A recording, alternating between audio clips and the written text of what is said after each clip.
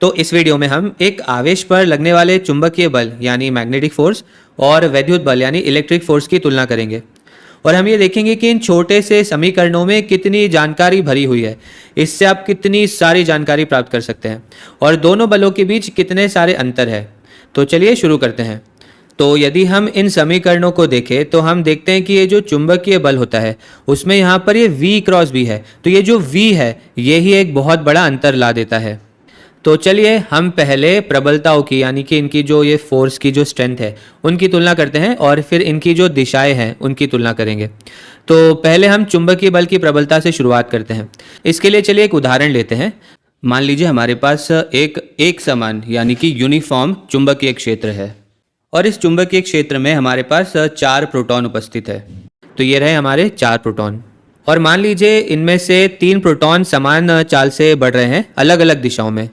तो ये प्रोटॉन इस दिशा में आगे बढ़ रहा है, ये इस दिशा में आगे बढ़ रहा है और ये वाला प्रोटॉन इस दिशा में आगे बढ़ रहा है और ये चौथा प्रोटॉन जो है ये स्थिर है, ये गतिमान नहीं है।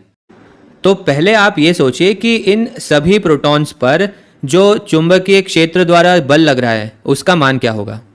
क्या जो चुंबकीय बल है उसकी प्रबलता यहाँ पर इन चारों के लिए समान होगी या अलग अलग होगी, और अगर वो समान है या अलग अलग है तो ऐसा क्यों। क्या आप रुककर इस बारे में सोच सकते हैं? तो रोकिए वीडियो को और एक बार सोचिए इस बारे में। तो प्रबलता निकालने के लिए हमें केवल बल के परिमाण की आवश्यकता है। तो जो बल है उसका परिमाण क्या हो जाएगा, ये हो जाएगा Q गुणा V का परिमाण गुणा B का परिमाण गुणा साइन थीटा, जहां पर ये जो थीटा है वो V और B सदिश के बीच का कोण है। तो यहाँ पर ये थीटा बहुत ही महत्वपूर्ण होने वाला है। तो देखिए हम पहले वाले प्रोटॉन के लिए बात करते हैं। तो यहाँ पर वेग सदिश और चुंबकीय क्षेत्र प्रबलता के बीच का कोण 90 डिग्री है और हमें पता है कि साइन 90 डिग्री 1 होता है। तो इसका अर्थ हुआ कि यहाँ पर जो हमें बल मिल रहा है वो अधिकतम बल है। अब दूसरे प्रोटॉन का क्या, तो इस प्रोटॉन का आवेश भी उतना ही है, इसका जो वेग है वो भी उतना ही है और इसके लिए जो चुंबकीय क्षेत्र प्रबलता है वो भी उतनी ही है। लेकिन यहाँ पर जो वेग सदिश और चुंबकीय क्षेत्र सदिश है उनका जो कोण है वो अलग अलग है। यहाँ पर कोण जो है वो 90 डिग्री से कम है, इसलिए यहाँ पर ये जो साइन का मान आएगा, साइन थीटा का मान आएगा वो 1 से कम आएगा और इसलिए इस पर जो बल लग रहा है वो पहले वाले की तुलना में कम होगा।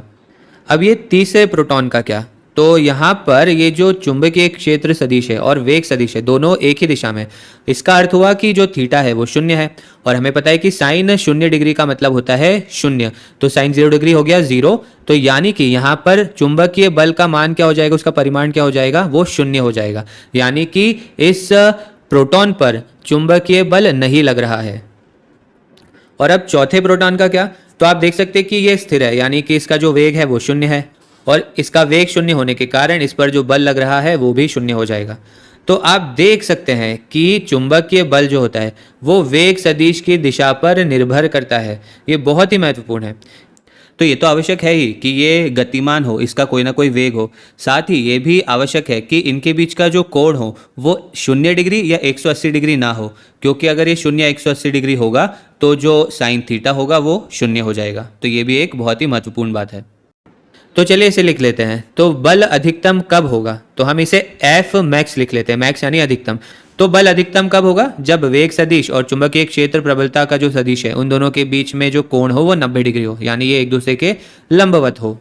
और बल जो है वो न्यूनतम कब होगा, तो ये न्यूनतम तब होगा जब वेग सदिश और चुंबकीय क्षेत्र प्रबलता का जो सदिश है वो एक दूसरे के समानांतर हो या फिर जो वेग सदिश है उसका परिमाण 0 हो।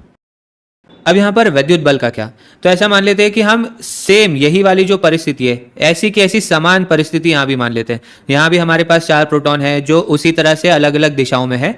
और अब यहाँ पर देखते हैं कि जो विद्युत क्षेत्र द्वारा जो बल लग रहा है उसका क्या होगा। तो चलिए विद्युत बल के लिए जो परिमाण है उसकी बात करते हैं। तो परिमाण क्या होगा, परिमाण होगा Q गुणा E का परिमाण, तो यानी Q गुणा E। अब आप ध्यान से देखिए इस समीकरण में वेग सदिश तो है ही नहीं, तो यानी कि यहाँ पर वेग से कोई फर्क ही नहीं पड़ रहा है। तो इसका अर्थ ये हुआ कि इन चारों प्रोटॉन्स पर उतना ही विद्युत बल लगेगा और ये बहुत ही रोमांचक है। तो आपको पहला अंतर तो समझ में आ गया होगा कि चुंबकीय बल जो है वो वेग सदिश पर निर्भर करता है और जो विद्युत बल है वो वेग सदिश पर निर्भर नहीं करता। चलिए अब दूसरा अंतर देखते हैं, अब इनकी दिशाओं की बात करते हैं। तो इस बार चलिए हम पहले वैद्युत क्षेत्र से शुरू करते हैं। तो अगर हम यहाँ आपसे पूछे कि ये जो वैद्युत बल है उसकी दिशा क्या होगी, तो क्या वीडियो को रोककर सोच सकते हैं इस बारे में?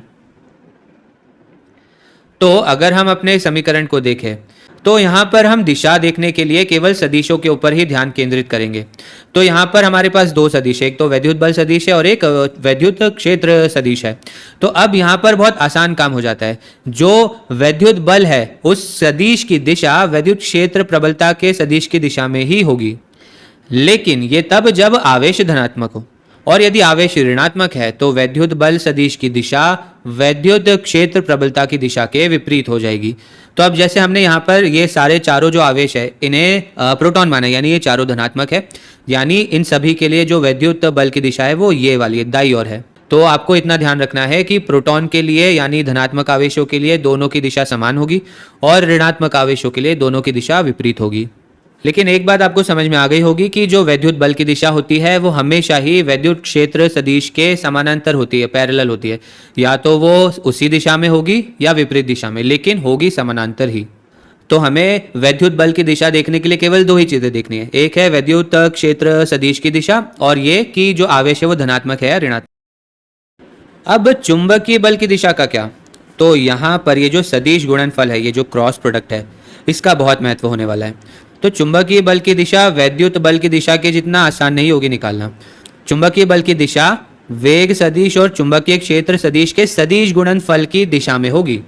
तो हम इसे कैसे निकाल सकते हैं? तो मान लीजिए ये प्रोटॉन है और इसमें चुंबकीय क्षेत्र प्रबलता की दिशा इधर है और वेग सदिश की दिशा ये ऊपर की तरफ है, ठीक है। तो हमें ये दो चीज़ें मिल गई यहाँ पर। अब चुंबकीय बल की दिशा निकालने के लिए हमें V क्रॉस B करना होगा। तो इसे हम दक्षिण हस्त नियम के एक प्रकार का उपयोग करके निकालेंगे। तो हमें अपना दाहिना हाथ लेकर के जो चारों उंगलियां हैं उन्हें वेग सदिश की दिशा में इंगित करना है और फिर उसे इस तरह से, हमारी उंगलियों को इस तरह से मोड़ना है कि वो B जो है B सदिश की दिशा में मुड़ जाए। और फिर जो हमारा अंगूठा होगा जो इन उंगलियों से 90 डिग्री पर होगा वो हमारा चुंबकीय बल सदिश की दिशा को दर्शाएगा, इंगित करेगा। तो आप देख सकते हैं कि पहले वाले मामले में यानी पहले प्रोटॉन के लिए ये जो चुंबकीय बल है उसकी दिशा अंदर की ओर है, ये स्क्रीन के अंदर की ओर है। तो हमें चुंबकीय बल की दिशा मिल गई जो कि स्क्रीन के अंदर है। तो इसका मतलब हुआ कि चुंबकीय बल की दिशा चुंबकीय क्षेत्र सदिश और वेग सदिश दोनों के ही लंबवत होती है। तो ये भी एक बहुत बड़ा अंतर है चुंबकीय बल और वैद्युत बल के बीच में। अब एक बहुत ही महत्वपूर्ण बात, ये तथ्य कि चुंबकीय बल जो होता है वो वेग सदिश के लंबवत होता है, ये एक बहुत ही महत्वपूर्ण परिणाम है। और इसे समझने के लिए हम एक उदाहरण लेते हैं। तो मान लीजिए कि हमारे पास एक बहुत ही जटिल असमान चुंबकीय क्षेत्र है, एक नॉन यूनिफॉर्म मैग्नेटिक फील्ड है। अब हमें ये नहीं पता कि वो कैसा है, बस कल्पना कीजिए कि ये बहुत ही कॉम्प्लिकेटेड सा एक चुंबकीय क्षेत्र है। अब फिर से हम इस चुंबकीय क्षेत्र में एक प्रोटॉन को लेकर के आते हैं। वैसे ये कोई भी आवेशित कण हो सकता है, लेकिन अभी ऐसा मान लेते हैं कि एक प्रोटॉन है। अब परिणाम स्वरूप क्योंकि ये बहुत ही जटिल चुंबकीय क्षेत्र था, तो इस माध्यम से एक बहुत ही अजीब गरीब और टेढ़े मेढ़े रास्ते से होकर ये आवेश गुजरेगा। तो ठीक है, अब आपसे सवाल ये है कि क्या पता लगा सकते हैं कि ये जो आवेश, ये जो कण है, इसकी जो चाल है, क्या ये इस चुंबकीय क्षेत्र से गुजरते समय बदलेगी या नहीं बदलेगी, या ये उतनी ही रहेगी? तो हम चाहते हैं कि आप वीडियो को रोकिए और सोचिए इस बारे में। ठीक है, अब क्योंकि ये इतना जटिल चुंबकीय क्षेत्र है तो ऐसा लग तो रहा है कि शायद चाल बदल जाए। तो इसमें से जब ये कण गुजरेगा तो हो सकता है कि इसके वेग का परिमाण जो है वो बदल जाए। इसकी दिशा का तो अभी हम नहीं सोचे, लेकिन इसका परिमाण तो शायद बदल जाए। लेकिन एक बहुत ही अमेजिंग बात यह है कि जो चुंबकीय क्षेत्र है या ये जो चुंबकीय बल है वो कभी भी एक आवेश की चाल को नहीं बदल सकता, उसकी चाल उतनी ही रहेगी। अब सवाल है ऐसा हो क्यों रहा है? तो ऐसा इसलिए हो रहा है क्योंकि जो चुंबकीय बल है वो हमेशा वेग सदिश के लंबवत होता है, जो हमने पहले भी देखा था। तो इसका मतलब क्या हुआ? तो इसे हम एक उदाहरण से देखते हैं, ठीक है। तो अगर हम आपसे पूछे कि कल्पना कीजिए आपके पास कोई वस्तु है जो इस तरह से आगे बढ़ रही है, ठीक है, गतिमान इस तरह से। अब प्रश्न यह है कि यदि आपको इस कण की चाल को कम करना है या बढ़ाना है, बदलना है, तो आप क्या करेंगे? तो आप इसे किस दिशा में धकेलेंगे? आपको इस पर एक बल तो लगाना पड़ेगा ताकि इसकी चाल जो है वो बदल जाए। तो आप किस दिशा में बल लगाएंगे? तो मान लीजिए आप इसे आगे बढ़ाना चाहते हैं, तो आप उसी दिशा में इस पर बल लगाएंगे, उसी दिशा में इसे धकेलेंगे, तो ये इस तरह से आगे चला जाएगा। क्या कोई और दिशा भी है जिस दिशा में आप बल लगाए उसे धकेले तो ये जो आवेश है वो दाईं ओर आगे बढ़ जाए? हाँ, आप इसे इस तरह से भी धकेल सकते हैं और आपकी जो चाल है वो बढ़ जाएगी। तो ऐसा इसलिए होगा क्योंकि ये जो बल सदिश है इसका एक अवयव वेग सदिश की दिशा में है, तो इसी वजह से ये चाल को बढ़ा देगा। लेकिन अब मान लीजिए कि ये जो बल है वो वेग सदिश के एकदम 90 डिग्री पर लग रहा है, लंबवत लग रहा है, तो अब क्या होगा? तो अब परिणाम स्वरूप ये जो बल है वो इसके वेग को या इसकी चाल को नहीं बढ़ा पाएगा या कम कर पाएगा, इसे नहीं बदल पाएगा, क्योंकि बल सदिश का ये अवयव वेग सदिश के अवयव के 90 डिग्री पर है। तो परिणाम स्वरूप बल जो है वो चाल को नहीं बदल पाएगा, लेकिन ये उसकी दिशा को जरूर बदल पाएगा। तो यहाँ पर केवल दिशा जो है वो बदल सकती है। और चूंकि हमारे चुंबकीय बल हमारे समीकरण के अनुसार हमेशा वेग के लंबवत होगा, इसका मतलब है कि हमारा चुंबकीय बल कभी भी हमारे कण की चाल को नहीं बदल सकता, वो केवल उसकी दिशा को ही बदल सकता है। और इसे देखने का एक और अच्छा तरीका है कार्य और ऊर्जा के संदर्भ में देखना।